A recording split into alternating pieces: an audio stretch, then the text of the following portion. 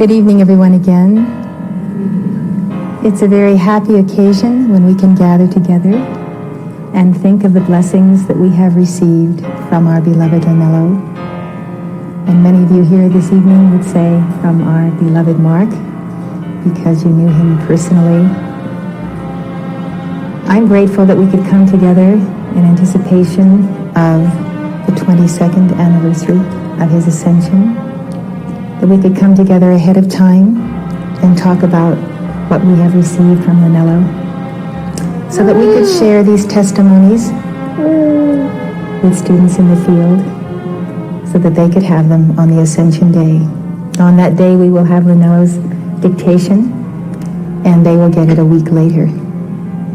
So we thought that this was a time to celebrate the very deep things that have touched our souls and our hearts. For those of you who did not know him personally, physically, in person, you know him every day when you recite the beautiful poetry that has become our standard decrees. You have heard him in the Only Mark albums. You've heard him in your soul as he has stood next to you in a time of trouble or questioning or burden. It was the spirit of Mark that set the geometry for this organization, for our movement, the 4 quarterly conferences. He was the first stumper. He went out in the Saab with Erwin Arndt, bless his heart, who is now at Penrose Hospital in Colorado Springs. Mark went stumping, I went stumping. So much of what we do here is what he taught me and the few that began this organization. And so we take for granted the many things that we see and what we have, but they have all come out of his magnanimous heart. So without delay, I would like to invite you to join us now in speaking from your heart on your friendship with Mark. Good evening, Mother. Good evening, Seth. Good evening, everyone, both here and who will be seeing this tape. My name is Brewster Freeland, and I am in the construction department here on the ranch. I've been in the teachings since 1970. I joined the staff in 1971. I'm sorry to say it took me that long to figure out that this is where I belonged. And I owe literally my life to Mark Prophet. I don't think, in fact, as I look back at the direction that my life was going before I got into the teachings, that I would even still be here. I was on a wrong track. Well, Mark was a true Zen master, to whom nothing and everything was sacred. He was a man of faith to me, and I remember when I went to La Tourelle for the first time, and I walked in the building, you could feel his presence everywhere.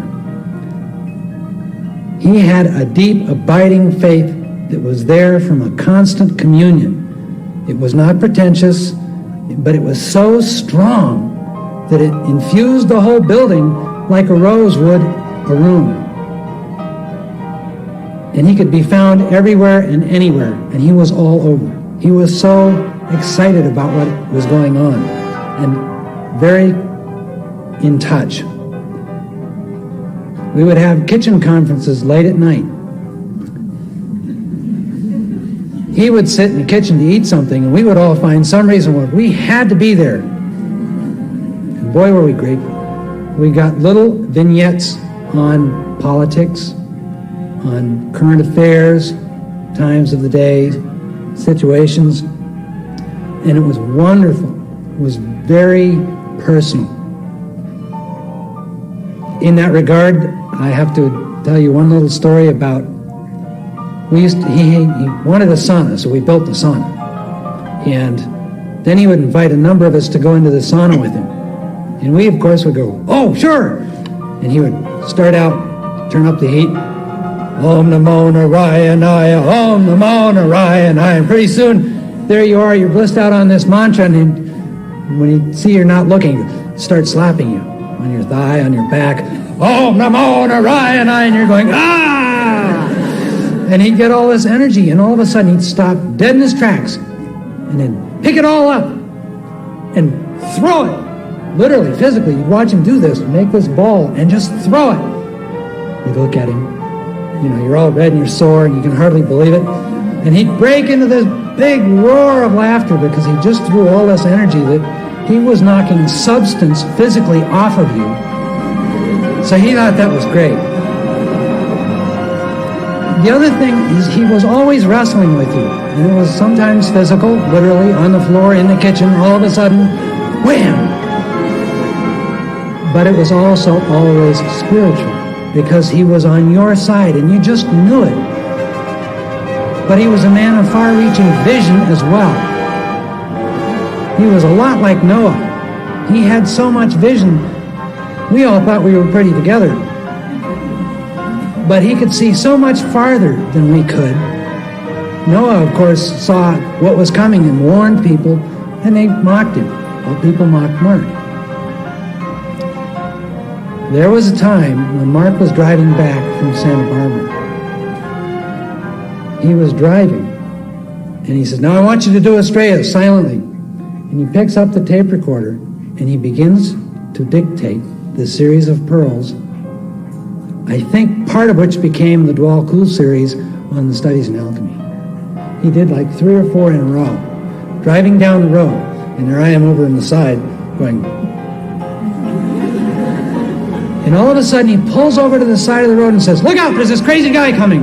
And I look down the road and it's nobody there, nobody behind us. And about 2 minutes later, this car comes zooming around this corner into our lane where we would have been, back into its own lane, and goes by us. And I thought to myself, gee. And I had the presence of mind, fortunately, to say, have the courage to say, how did you do that? He says, well, you have to realize that we have 4 lower bodies. And each of those 4 lower bodies has a mind, and all 4 of mine are more developed than your one.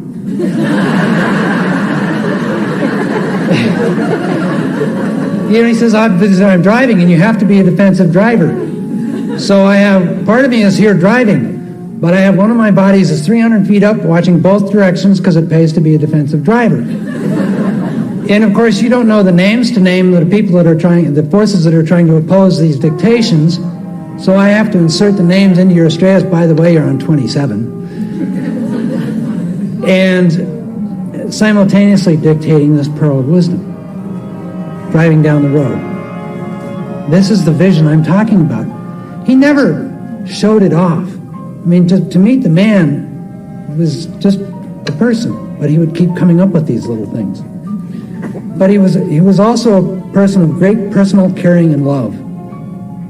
In the same drive, all of a sudden, he'd pick up the phone and call up George Lancaster, or he'd pick up the phone and call somebody in New York and just say, I just thought I should call you and see how everything is going. Yeah, oh, she's in the hospital? Oh, this is terrible. Well, I'll make some calls for her right now. And he'd make these calls, and he loved to do this. At one of our staff meetings, all of a sudden, he looked out and said, Rooster, you're going to Ghana with us. We're leaving in 3 days.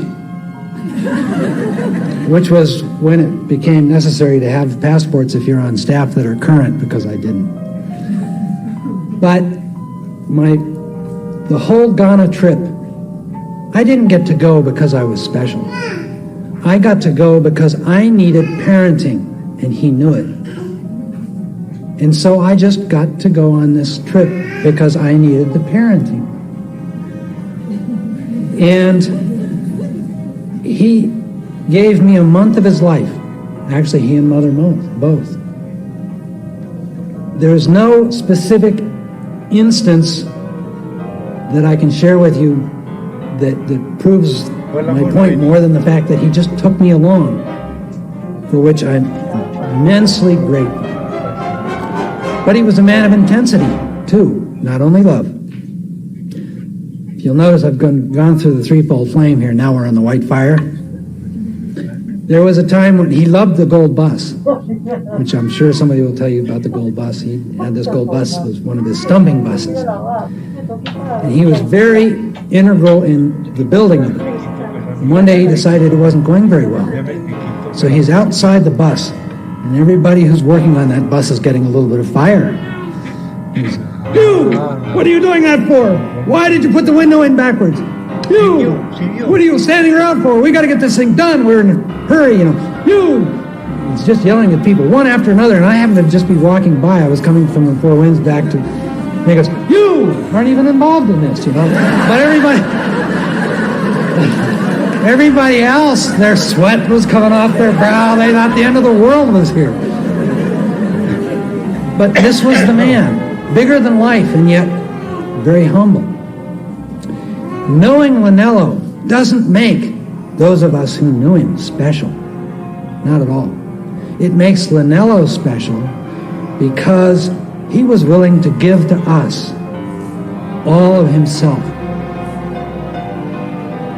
To anybody who would stop to shake his hand.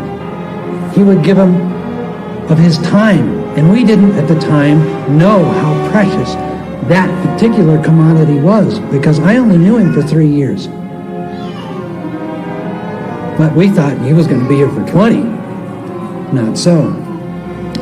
So, we are privileged, but not special, those of us who knew him.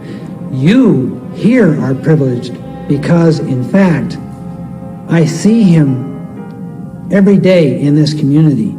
We're attempting to take the Master's teachings and bring them into the practical, which was Mark Prophet. He was practical. The teachings weren't of value if they weren't practical. So we're here trying to emulate him, I hope, with each other. So these are my thoughts and my hopes and my prayers and my thanks for having me on.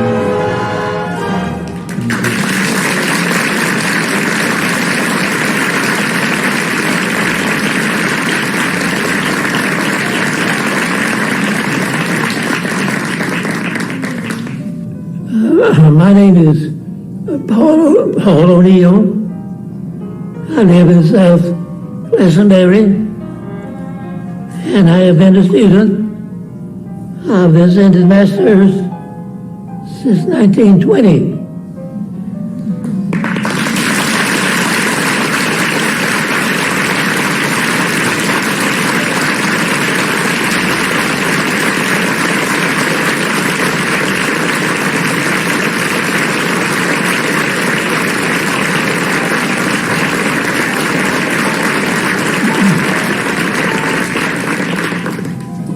My first contact with Mark was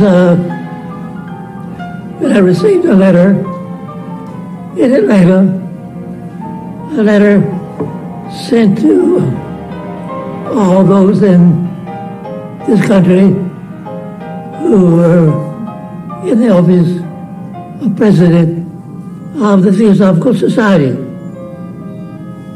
And I was very glad to return the inquiry asking further information. And I did receive that.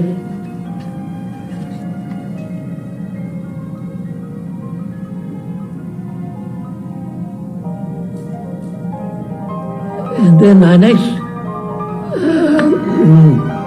contact with Mark was when I went to Detroit to a conference of about 1,000 people. And I had arranged for Mark to be one of the speakers. I was very happy to do that.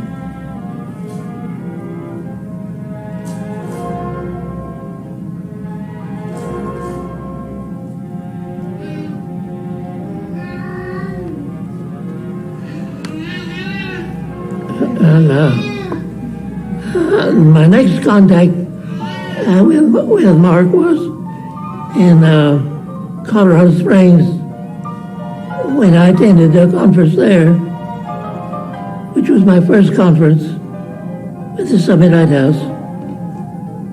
And I well remember that after the conference was over, I had to leave a day early because I was teaching for the Air Force. And Mark looked at me as I told him goodbye. And then he said, I haven't told you a tenth of what I know. I realized as I left that day that he knew far more than a tenth of what he could tell me.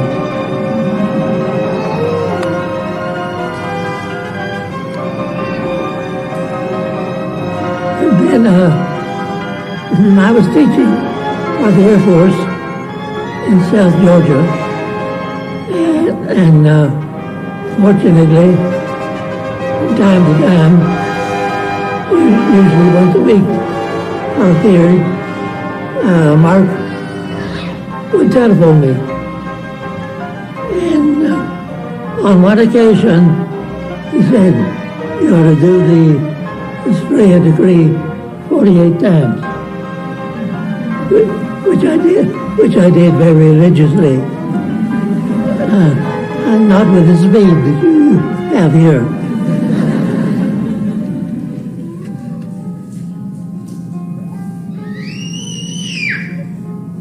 And of course I did do the 48 degrees. And then I attended my next contact with Mark was in Detroit, when I attended a conference of what was known as the Spiritual Unity of Nations. And we had 1,000 people attending the conference, and I had arranged for Mark to be one of the speakers. I was very proud of that. And then I received a telephone call from Colorado Springs notifying me and advising me that Mark was ill. I was teaching for the Air Force in Georgia.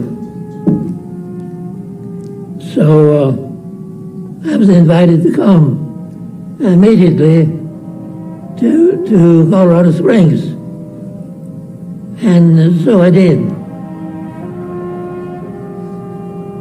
And from there on, the story was I attended the funeral conducted by Mother. We had a church, I'd say more than 300 people were there, the rough figure. And I learned later that Mark had made his ascension from Pikes Peak. And that concludes the story.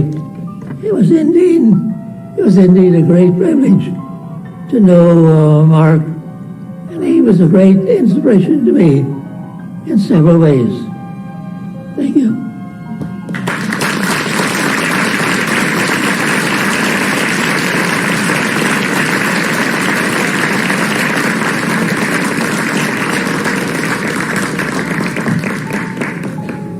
Good evening, everyone.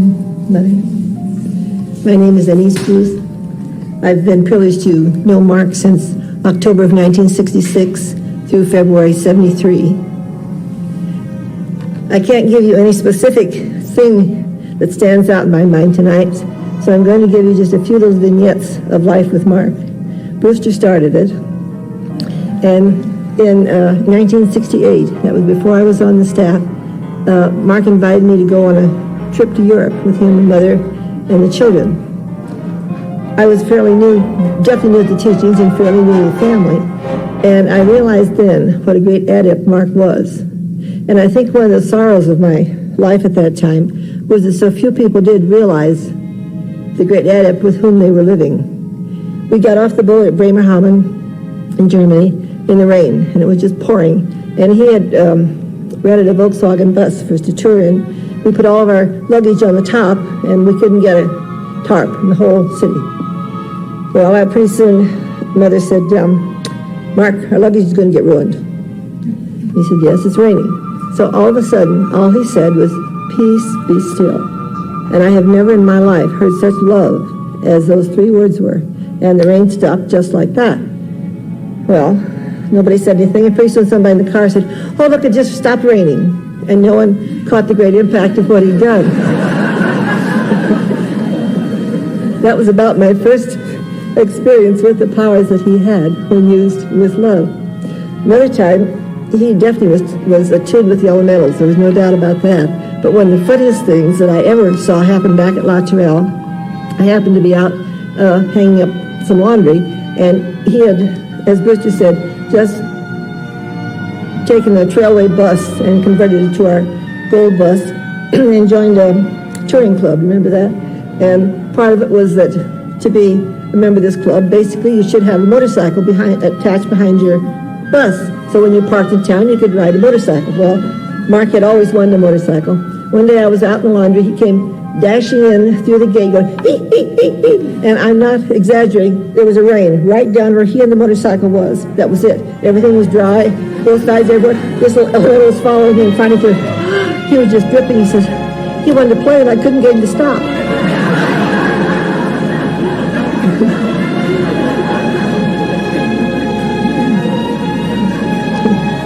All the rest of it was completely dry. 1968, I still was not on staff yet, and he phoned and said that he and Alex Reichert were driving out because the masters thought there was quite a possibility that there might be a very serious earthquake in San Francisco and the coast. If he could get out in time and get a dictation from the masters, perhaps they could stop it.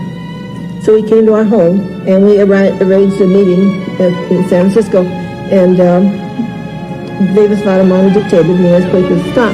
So he stayed at our home for a couple days. And I thought I'd probably fed the man enough of my own cooking. He finally said, would you like to go downtown for lunch? I know a lovely little place one of my friends has, very private.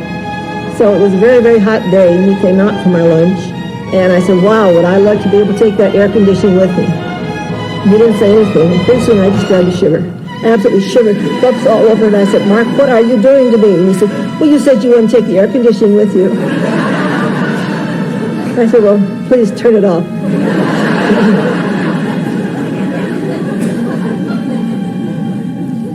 At La Tourelle, I was helping complete Climb the Highest Mountain, but also in my spare time, I was Mark's correspondence secretary. Now, that didn't mean that I ever wrote any letters for him. I was supposed to take charge of his junk mail.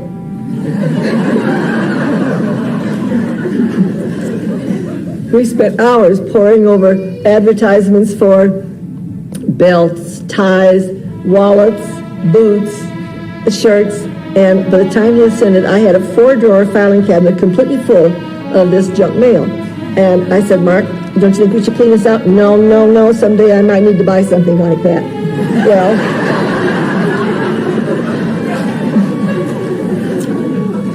it wasn't until he descended that I realized that he was keeping me with him all those hours so that I would get to know him.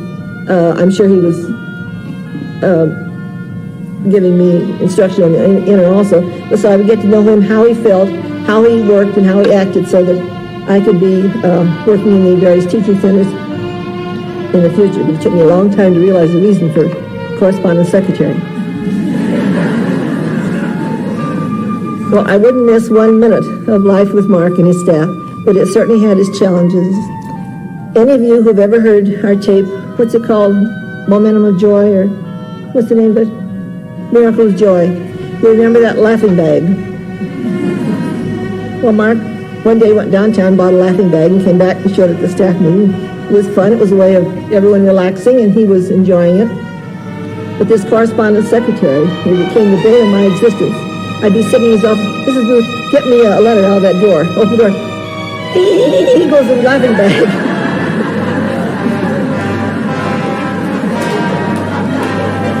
Of course, Mark would just be laughing. So that went on for weeks. Finally, I almost had nervous breakdown. I was afraid to open any drawer. So one day he said, Mrs. Booth, I need that letter. And I said, not me. The laughing bag's in there.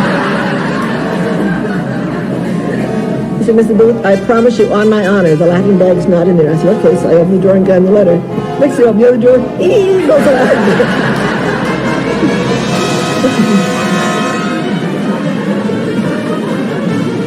I think, though, it was ways like that, and as Victor said, his wrestling with the man, that he was able partly to release himself from the tensions where he was holding a balance for the earth and the many things that he was doing to the brotherhood. Another time, and this was very serious, we were on the completion of the Pine Heights Mountain. We were on the last phases, and those of us working were not supposed to do anything except work in the book. We were not even supposed to go in between the chapel. So finally I realized all my dresses were dirty, barring none, and I had to go wash them. So he came down the lawn and said, what are you doing down here? You're supposed to be working in the book. I said, my dresses are all dirty. And then I got very flipped, which I had since learned not to do. I said, I don't see why the Bible flame shouldn't take care of my laundry. And he got very, very serious and said, yes, Mrs. Booth, you get very, very close to God, and then God will let his violet flame do your laundry. Now, get back to work. When we purchased Santa Barbara for the Focus for the Mother House, there was a lot of work to be done. It had been very run down and dirty. And we worked, almost a year, in fact.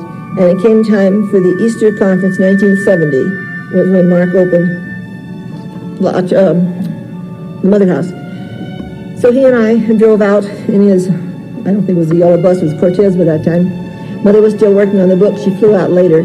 But he and I had about 3 or 4 days there before the conference opened. He said, well, look at that lawn, Mrs. Booth. Of course, I'd been back there working on the book all the time. So where'd you let cactus grow? That's a cactus garden. That's not a lawn. And I said, well, you bought it that was the way it was. He said, I will not have an Easter conference with cactus. It had these big century plants that were so high, and the crown of thorns. And he said, that's what they put on Jesus' head. I will not have that. He said, you get to work, get out that cactus and put me in a lawn. 3 days.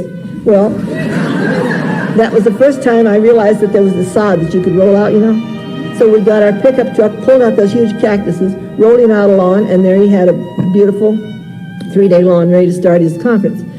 I thought everything was going very, very nicely, and all of a sudden he says, I've been walking around and you didn't make any curtains for those last two windows back there. And I said, I didn't have time.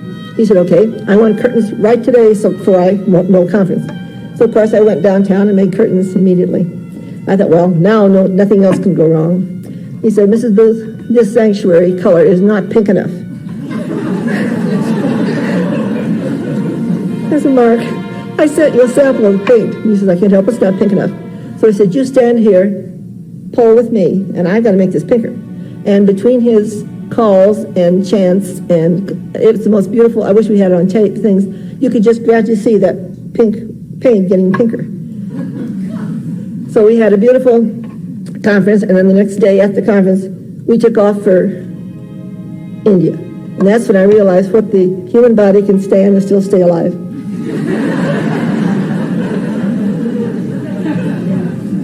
Another time he came out to Santa Barbara, it was going to be for a Christmas class. And he took one look and he says, Mrs. Booth, you've let my lawn die. I said, Mark, the lawn isn't dead. This is Lipia grass. This is Santa Barbara, and this is grass that's always planted. And December and January are the dormant times. He said, I refuse to have a Christmas conference with dead grass. What are you going to do about it? And I said, well, I don't know. And again, I got flippant. Unless you want me to paint it green. He says, that's exactly what I want you to do, Mrs. Booth.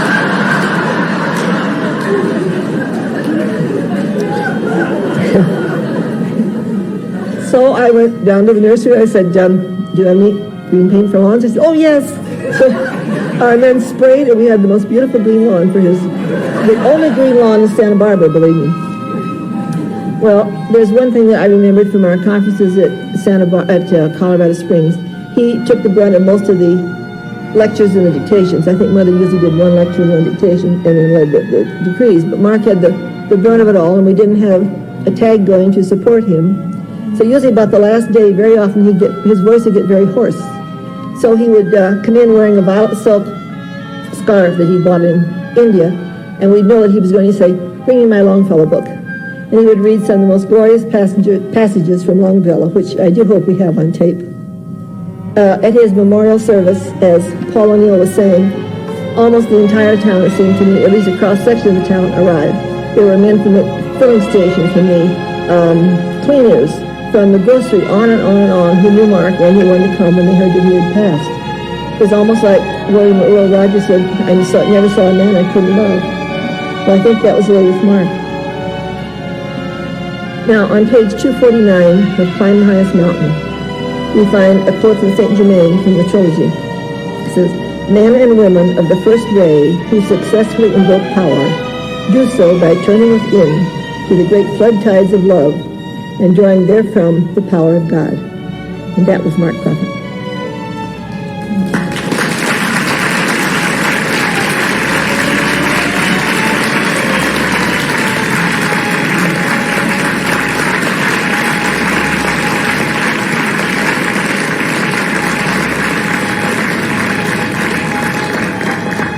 Good evening, Mother. Good evening, everybody. My name is Alex Reichardt, and I work in the shipping department. In fact, I run the shipping department, and this was actually foretold to me over 25 years ago by Mark Prophet himself, who told me that I was going to be in charge of a mailing facility where there were going to be over 100 people, and that's exactly what we have at LRY in Livingston. Few instances in my life that I had the privilege of knowing Mark Prophet, which actually went back to the 60s. My first conference was in 1963. I joined staff in 1965, so I've been a student of the Ascended Masters for about 31 years. And I had the privilege of going around the country with Mark on his the people journey, and I experienced firsthand what it means to be around what I would call a saint. He would get up very early in the morning. He would drive all day long to his point of destination, and then he would give a sermon at night, and then after the sermon, he would go ahead and then give a dictation, and then he would talk to people. He would plead with people to please embrace the teachings. And one instance in Portland in the latter 60s I wanted to let you know about, and that was the fact that about 2 or 3 o'clock in the morning, I can still remember, he pleaded with 2 people to please embrace the teachings. And I could tell that it was a serious moment for both him and for the people. And these people happened to be the parents of a staff member. And although he talked to them at great length, they were not ready to embrace the teachings at that point in their life. And I could see that Mark was a little bit disappointed and even disheartened by it. And 6 months later, I found out that they had actually perished in a plane crash, which he no doubt could see. And at another time, when I was going around the country with him, he took a vacation to the Tetons, and we went in the Trafco with Ruth Jones and Aaron. And he was in a real jovial mood, and we were going across the plain right before you get to the Tetons, and there was a cowpoke with some of his cattle on the side of the road, and he had a speaker on top of the Trafco, and he thought he'd play a joke on the guy on the side of the road. So he got this little microphone, and he said, "Howdy, partner," just like that, and the cowpoke jumped around. He looked at his cows, and he couldn't figure out where the sound was coming from. So we made our way to the Tetons at the very base of it, and he gave a dictation from Lanto, and he had Ruth Jones and myself guarding the force field to make sure no one was going to come too close to the Trafco. And then that night he had a birthday party for Ruth Jones because it happened to be her birthday. She's since ascended. And like so many times when Mark went on these trips, he was called back unexpectedly to La Tourelle because of some urgent business he had to take care of. And another time when I was going across the country, this time to California, Mother was just beginning her training as a messenger. And at one point he said, along the desert, "Elizabeth has just started her dictation." And I believe it was from Kuan Yin, but I'm not sure. Another thing that Mark was very good at is reading people's thoughts. I had been down at Colorado College in Colorado Springs for an open house, and I went back to the kitchen at La Tourelle, and I was standing there thinking about one of the girls I had met at that social, and Mark looked up from his table and looked at me and he said, "What's her name?"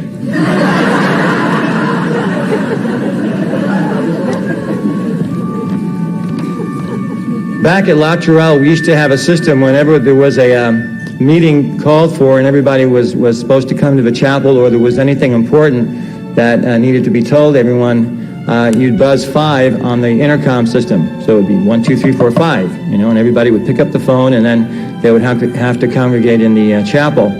On one such occasion, the thing that actually precipitated it was that Mark and I were in the basement of La Tourelle, which was also the graphics area and also the mailroom, and he wanted to go upstairs to the 3rd floor. So we went to the elevator, and he pushed the button, and nothing happened.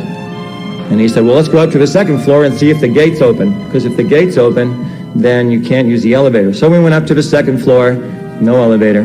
So we went to the 3rd floor, and no elevator. So he called everybody in the chapel, and he said, once again, the gate to the elevator was left open, and he wants to know who did it. And if it happens again, he's going to suspend the person from staff for 2 weeks.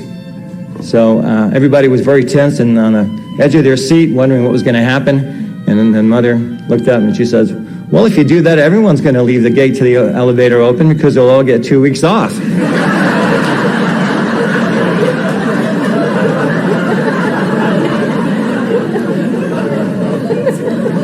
So Mark started laughing, and then that kind of concluded that, and we never heard another word about the elevator.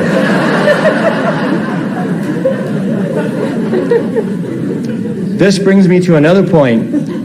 After Mark ascended, we were gathered in the back kitchen of La Tourelle, and Phoebe Hamden was there washing her dishes faithfully as she had done, and we heard the back gate buzzer, 1, 2, 3, 4, 5, 1, 2, 3, 4, 5. So Phoebe said, "Oh, some kids must be out there. Why doesn't someone go out and check?" So they went out there, and there was no one there. And then once again, that proved to her that this was just pranksters at the back gate. I don't know if you've been to La Tourelle. If you were not, you probably don't know. We had a big gate around La Tourelle, and therefore, in order to get in, there was a back buzzer, and you'd have to ring the buzzer in order to gain access. So once again, 1, 2, 3, 4, 5. We heard the same thing. So Mother got wind of it and thought, well, maybe this is a message from Linello, that maybe there's a problem in the building somewhere. So we started going all through the building. What could be wrong? We went to the attic, nothing there. We went to the main floor, everything seemed to be fine, and we went to the basement. And then Mother said, check the gatehouse. So we checked the gatehouse, and there was about 3 feet of water that was flooded in the basement of the gatehouse. And if the water had gone up much higher, my understanding was that it's a possibility that the gatehouse could have actually blown up, because we had a furnace, we had a boiler room there, and so we had a whole water brigade going, one after the other, going at that time. When I first joined staff back in '65, Sean was a baby, and I was taking care of him downstairs in the basement of Beacon's Head in Vienna, Virginia, where the headquarters was at that time. That was back in '65. And Sean was beginning to crawl under a piece of furniture. And all of a sudden, like a bolt of lightning, Mark darted down the stairs and yanked Sean from out underneath the furniture. And he explained to me that there was a mousetrap there, and that Sean was almost about ready to reach his hand into the mousetrap, and Almoria had warned Mark about it, and therefore he had come down to the rescue. And that's the attunement of a man of God, such as Mark was.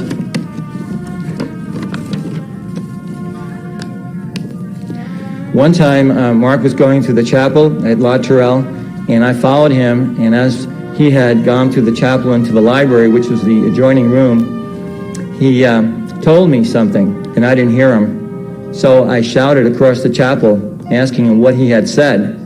And as soon as I got into the library, I found out more than what he said. He told me I had karma. And he told me that I had shattered the force field that the angels had created in that room, and that my karma was going to last a week. and I think it did.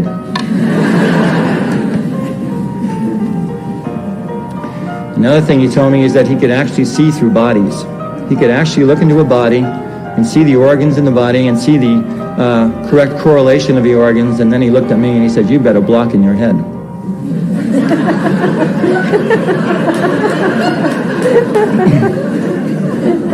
And he also told me sometimes it was a problem. He'd have to turn it off because he would see someone who looked nice and he'd see all the organs, and it was a problem. And he also looked at me one day and he says, "Look at me." And I looked at him. He says, "What do you see?" And I was trying to find out what he was coming to, what his point was. And then he covered underneath his nose and he says, "Don't you see the resemblance to Elmoria? I'm Elmoria's son." And he looked at me and I said, "Yes, I can certainly see it." He also made a reference to his ascension one day.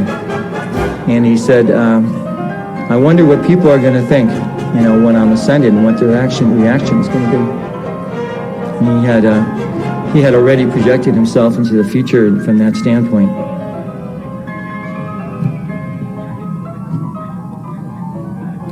Another thing he said is that the masters are so real, and he pointed out the fact that the staff back at Beacon's Head did not realize that the masters actually walked through the halls of Beacon's Head and sat in the chairs whenever there was a vacant chair.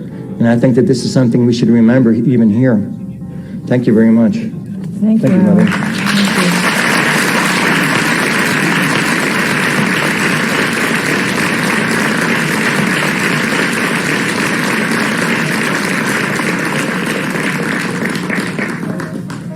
Good evening, Dorothy.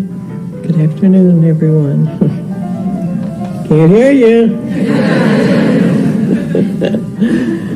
My name is Dorothy Lee Fulton. Yes, I do have a last name. You don't hear it very much. I've been in the teaching since the early 60s. That's before Sean was born. This lady sitting up here in this chair told me the first time she ever saw me, she said, "You will bring forth the music with this organization." I would say about 35 years ago, something like that, 34. I doubt she remembers it because the master said it through her the very first time I met her. My function with this organization was foretold by beloved Mother Mary that she would place the music through me, through our Baru, where I could lay it at her feet so she could give it to her chelas.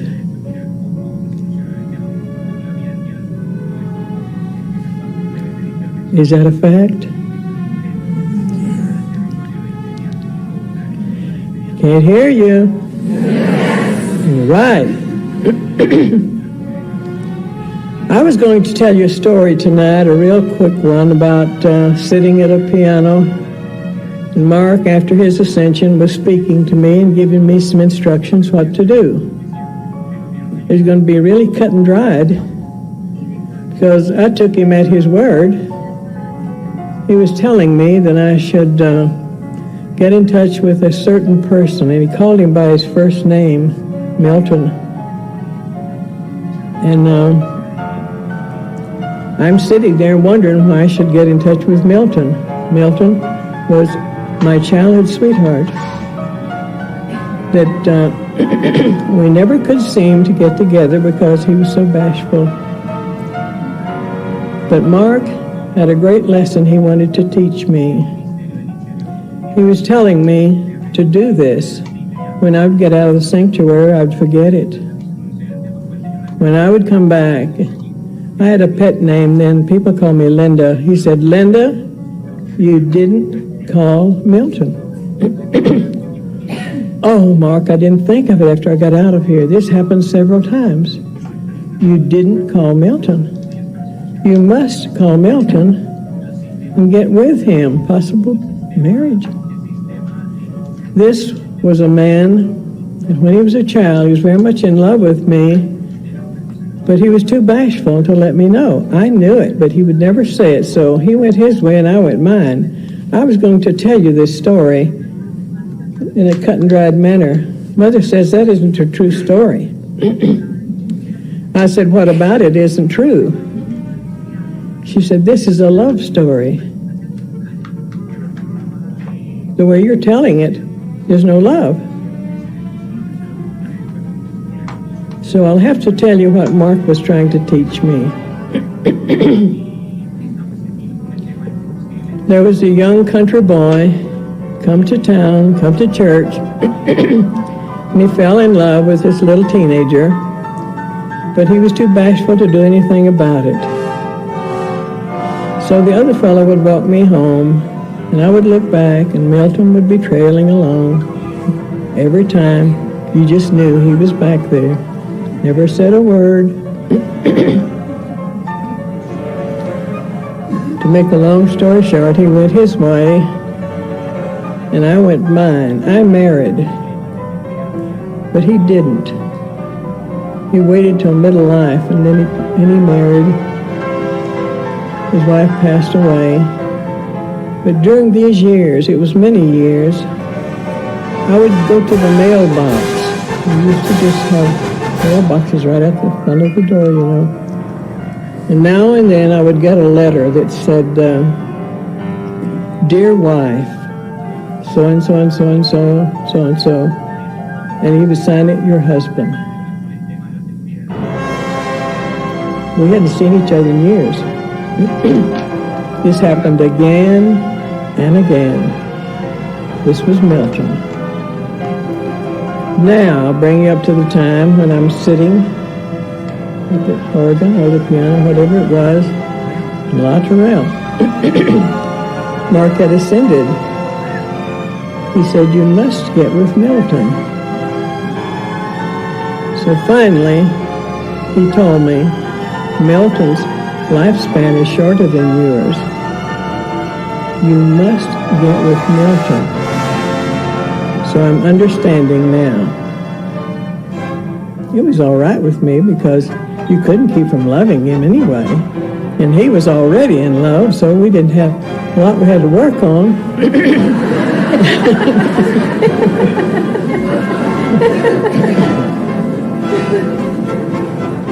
So I said, Mark, I tell you the first thing I'm going to do when I leave here. I knew he was going to teach me something. Mark was teaching me something.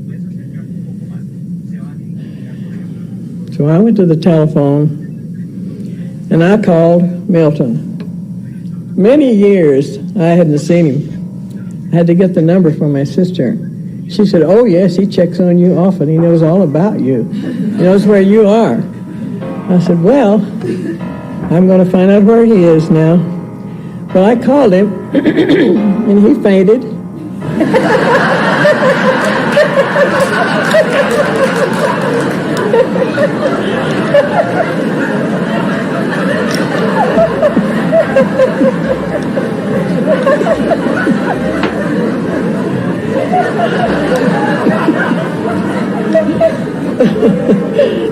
I said, nobody's there, nobody's there, nobody's there. Here I'm on long distance. You know how much money we have on staff. You know this, don't you? He would come back to the phone. He'd say, I can't believe it. Is it you? I said, stay with the phone. It's a long distance. Oh, don't bother about that plop. And he'd faint again.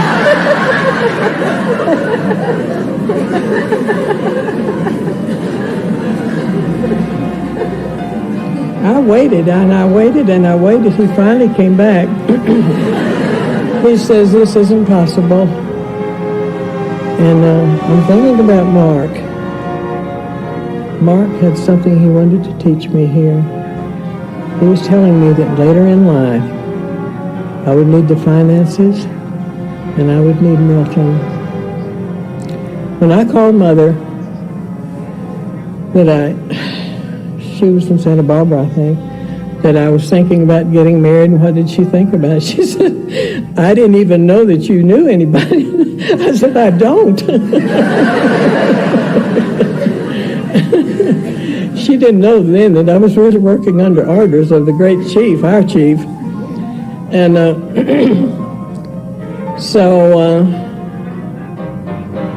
I guess as the old saying goes, all hell did break loose. I'll tell you what happened when we were trying to get to her to get her married. The airplane quit and wouldn't do anything.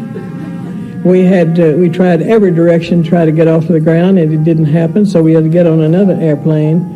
While we were trying to get to the airplane, had a car wreck. By the time I got in the depot, the people were waiting. Mother was waiting. The loudspeaker was calling my name, and I was rushing over to see what was going on. I fell and broke my foot. This was a hard-earned lesson, but I found out what it was. Milton taught me love. I'm not speaking especially about physical love. This man had known me lifetimes and had taken care of me and loved me for lifetimes. He taught me how important love was. The first time he saw my guru, there was no foolishness about our silly church or anything. He loved her from the beginning. He would kiss her feet if she would let him. That's how much he revered her. But when you are singing these songs, and I know you love them, because who could not love them?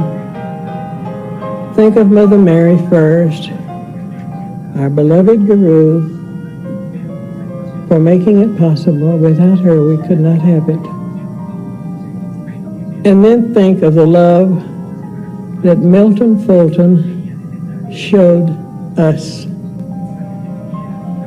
It's true that his lifespan was much shorter than mine. We had 12 years together like Mother and Mark had. He still supports the church, and I get a check from him every month. Thank you.